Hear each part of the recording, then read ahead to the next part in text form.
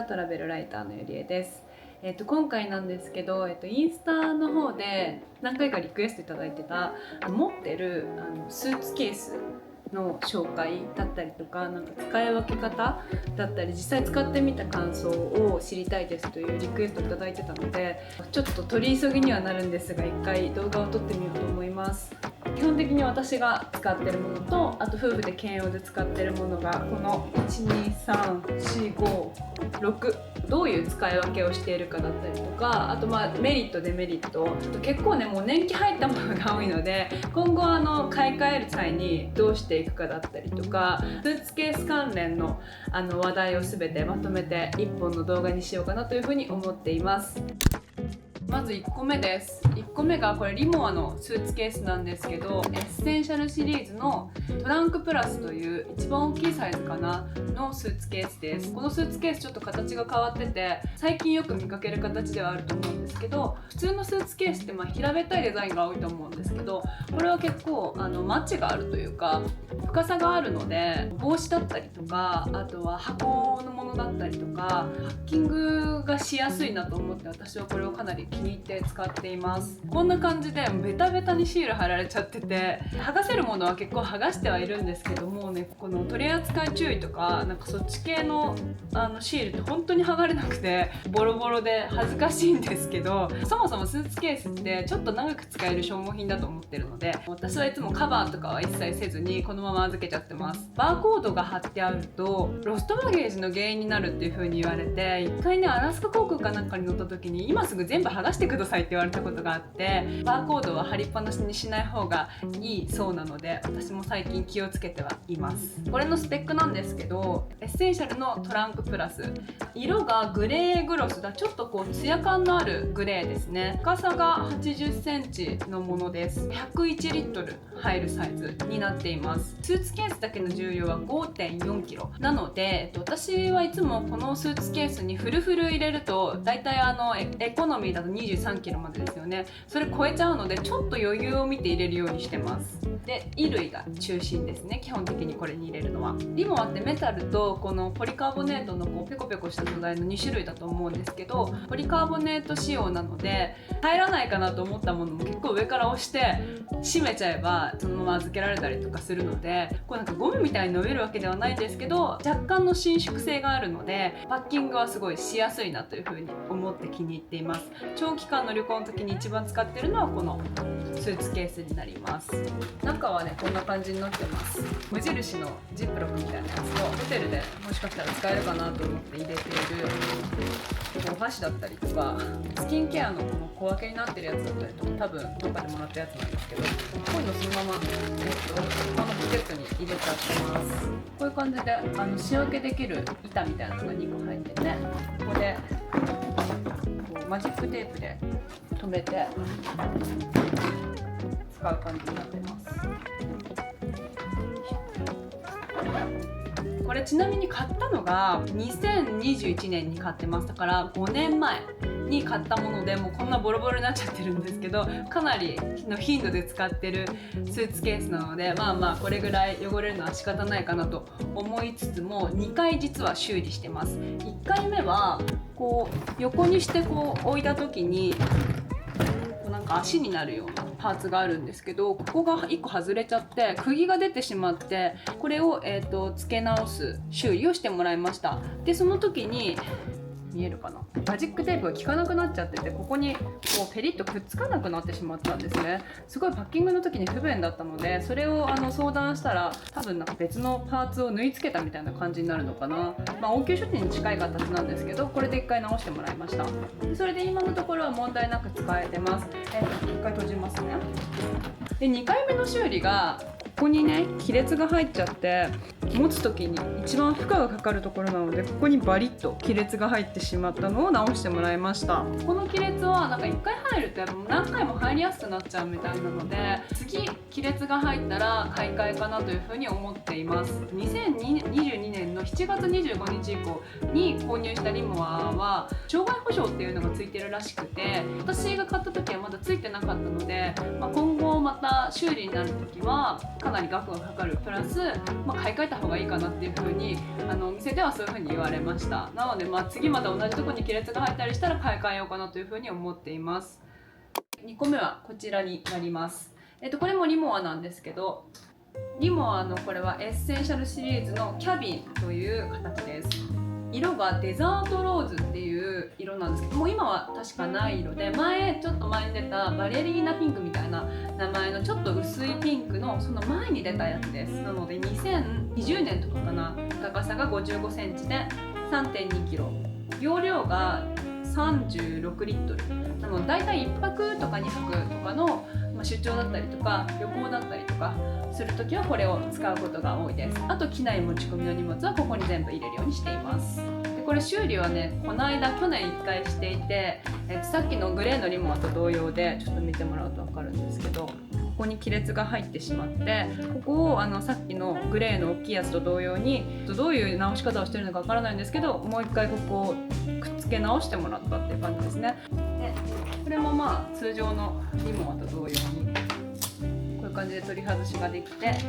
収納することができるっていうのが2つついてます。旅先で使うアクセサリーケースだったりとか、これエルメスのやつなんですけど、あとは機内であると便利なマスク、ティッシュ、これ荷物の重さを測るやつですね。重量を測らなきゃいけない時にこれ使ってます。これもここに入ってます。これも同様に全くくっつかなくなっちゃって使えないと結構収納困るので、修理持ってったらここのストラップを変える、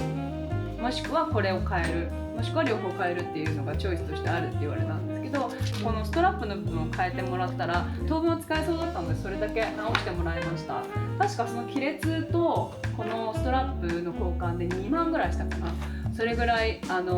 かりました、修理は。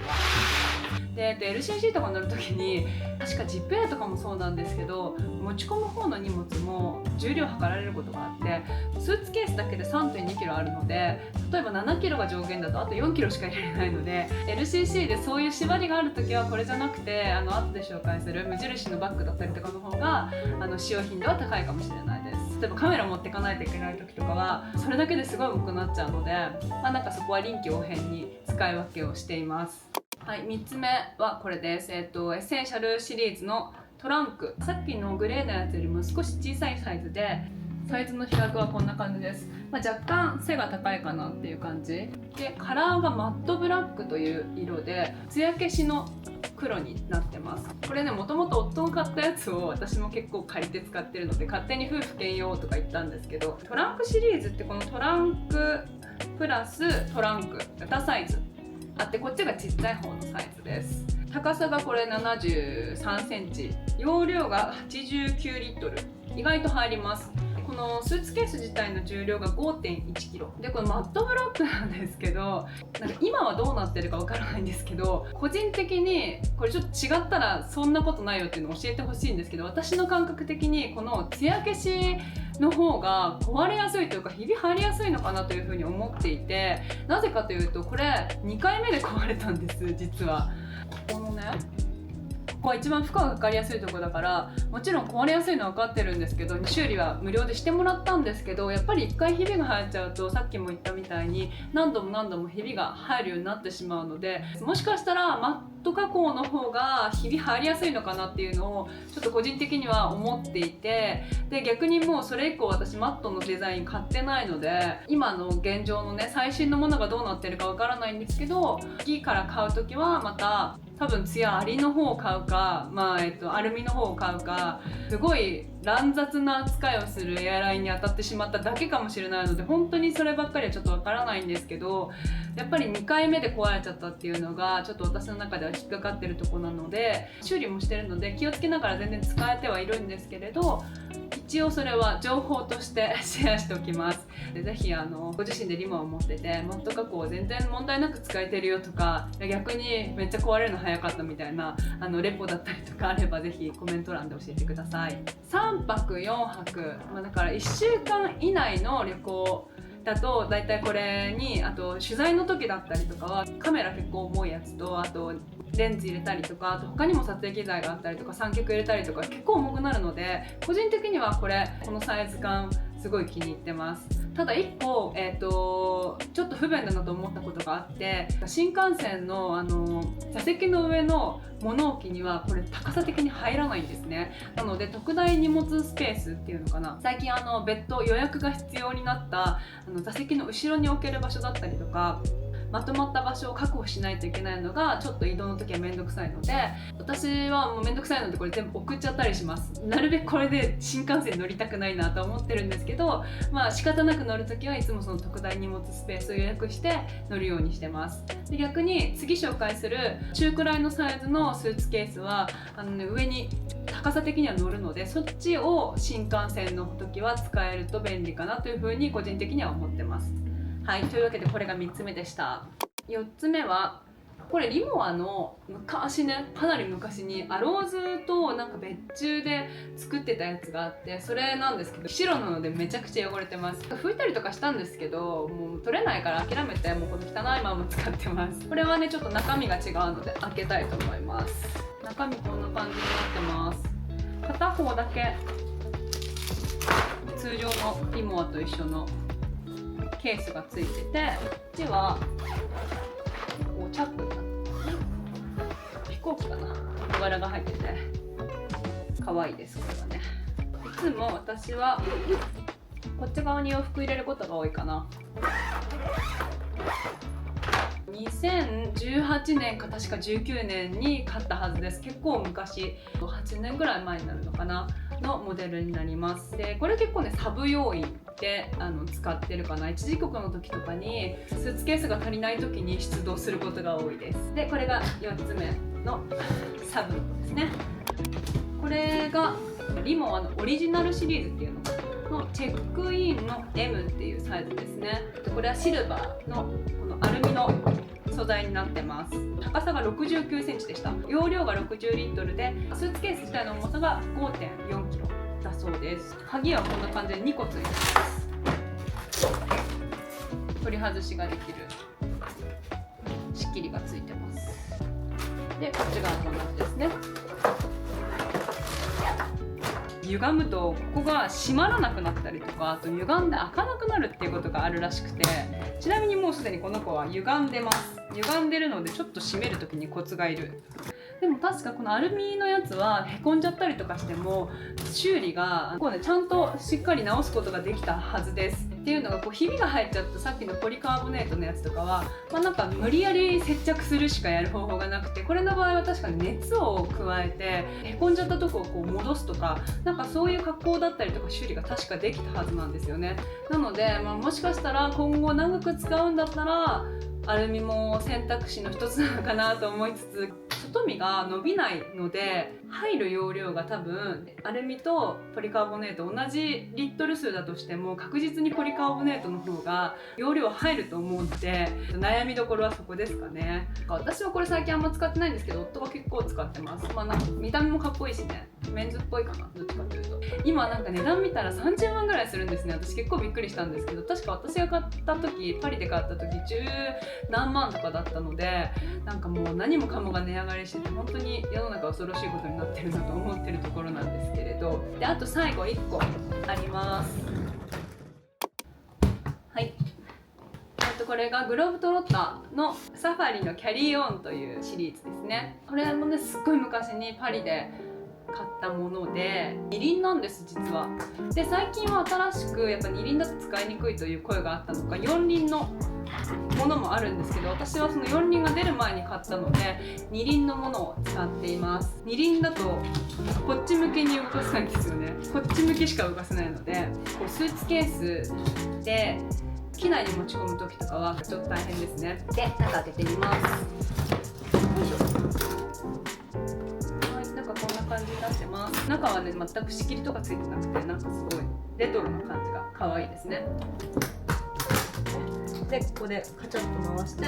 番号のロックではなくてちゃんとした鍵がああるんですけど、今どこ行っちゃったかな、ちょっと今手元にないのでできないんですけど、ここに刺して回すとロックかかるよっていう感じです。このスーツケースは消耗品というよりは使い込んで長く使ってこう味を出していくみたいな感じなので、実はねこれ一回修理をしていて、鍵が1個効かなくなっちゃったのが気になっていたのと、別に壊れたわけではなかったんですけど、ここのハンドルの部分が古いやつはもうちょっと短かったんですよね。ちょっと持ちにくいなと思ってて、それを相談したらハンドルの部分だけだったら付け替え可能ですよっていう風に教えていただいて、ここのパーツを全部付け替えてもらいました。これがね元の色、こんな感じで買いました。こうどんどん時間が経つとこの色に馴染んできてちょっとずつ味が出るっていうのがこのグローブトロッターの素敵なところだなと思って使ってるんですけれど、これがねやっぱねつくことでちょっと使い勝手が良くなりました。タイヤもちょっとすり減ってたので、そこの部分は修理してもらって、付け替えですねしてもらいました。修理だけで結構かかったんですよね。8万ぐらいかかったかな。8万かかったとしても、またこれも値上がりしていて、新しいの買うよりは全然安いので、これを大事に長く使っていこうかなというふうに思っています。これが最後のスーツケースです。で最後、さっきちょっと話した無印の袋があるって話したと思うんですけど、これです。ちょっとね黒いから見にくいんだけど、ここが1個ずつ分かれていて、こうくっつける形で締めるとポストになるよっていう優れものなんですけど、105リットル入るものなので、例えばもうこれさっきみたいに折りたたんだ状態でスーツケースに入れといて、お土産で荷物が増えちゃった時に、特に韓国とかね行く時、私いつもコスメとか買うとすごい増えちゃうので、ここに全部入れたりとかで、これねなんかやっぱり言われたのが、すごい似たようなバッグ持ってる人多いから、なんかこう目印つけたいなと思ってバンダナみたいななんかいらないハンカチとかつけてたんですけど、やっぱりね毎回ねどっか行っちゃうんですよね。なのでこういうのにつけるのって何がいいんだろう、すごい私悩んでるところです最近。質問でもスーツケースになんか目印つけてますかっていう風に言われてたんですけど、目印つけたもんで全部取れちゃってて、こういうね袋とか、あとはリモアのこの黒いやつとかはね結構似たようなのすごい多いので、伊東屋のこのバゲージタグみたいなのつけたんですけど、それもねちょっともうボロボロになっちゃったので最近取ったばかりで、ちょっとねまた新しいものを探そうかなというふうに思っています。グローバルクラブ、 JAL のグローバルクラブに入るとなんか名前ついたこうなんかネームタグもらえるんですね。でこれつけたんですけど、もう名前の部分が取れちゃってこんな風になっちゃってるんですよ。なんかもうちょっと綺麗で可愛いものつけたいですよね。せっかくだったらちょっと今探してるところです、目印は。でちょっと話が飛んじゃったんですけど、これが、無印の、折りたためる撥水のバッグです。もう1個あるんですけど、こっちのバッグはさっきお話ししたみたいに LCC で飛行機乗る時とかに手荷物の重量制限がある時って結構あるんですね。そういう時にスーツケースだともうスーツケース自体の重さでかなり取られちゃうので、そういう時はこういう、これも無印なんですけど、ここにもうパソコンだったりとかカメラだったりとか全部ここに入れて持ち込むこともあります。汚れてほしくないようなバッグを下に置かなきゃいけない時とか、私全然置いちゃうことも多いんですけど、あまりにもなんかエアラインによってはすごい床汚い時とかあるので、そういう時はここに入れちゃいます。いつもここに入れてそのままこう下に置いたりとか、これ撥水なので旅行先で雨が降った時とかに使えたりとか、結構これ便利です。ちょっとサイズは横どっちかに出すようにしておきますね。これもなんか折りたためる系のボストンバッグで、これは Amazon で買ったやつです。こっちの方がねちょっと丈夫なんですよね。素材もかなり無印よりはしっかりしているので、確か100ちょっと入るのかな。同じものが売ってるか分かりませんが、これ多分買ったのも8年前とかになるのかな。中国に住んでる時に日本の Amazon で買って中国に何か持って帰る時にこれを使ってたので、そろそろ買い替えないととは思ってるんですが、こういう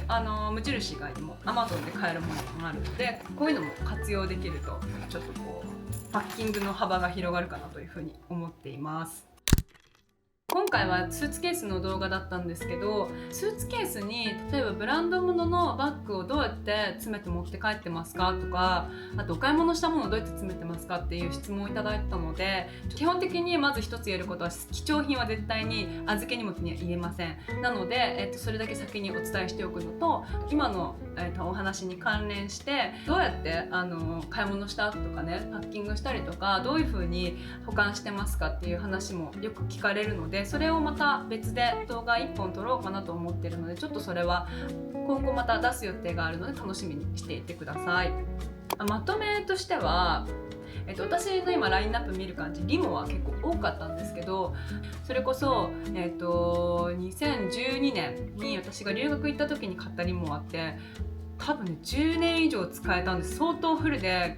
使ってても、最後ここのタイヤのここがボコって外れて寿命だったので、かなりなんか丈夫だったなというふうには思っています。最近買ったリモはなんか壊れるの早いなと思いつつも、どうなんだろう、品質が変わったのか、障害保証っていうのが始まったから、こうメンテナンスしながら使っていきましょうっていうことなのかなと。他にもいいブランドがあったら試してみたいなとは思ってます。なんかアウェイとかちょっと気になってたりして、リモのデメリットはちょっと話したんですけど、やっぱりこの間修理してる時に全然ノーブランドの家にあった適当にあったものを使ってたんですけど、やっぱりねこうタイヤの小回りだったりとか、段差をまたぐ時のこのスムーズさっていうのはやっぱりリモアは、もちろん高いだけあるなというふうに感じました。一長一短だなというふうに思ってます。というわけで、長くなってしまいましたが、私が持ってるスーツケースを、全てほとんどかな紹介しました。今後買い替えを予定している方や、また新しく買いたいという方の何か参考になればいいなと思っています。というわけで、動画最後までご視聴いただきありがとうございました。また次の動画でお会いできるのを楽しみにしています。それではバイバーイ。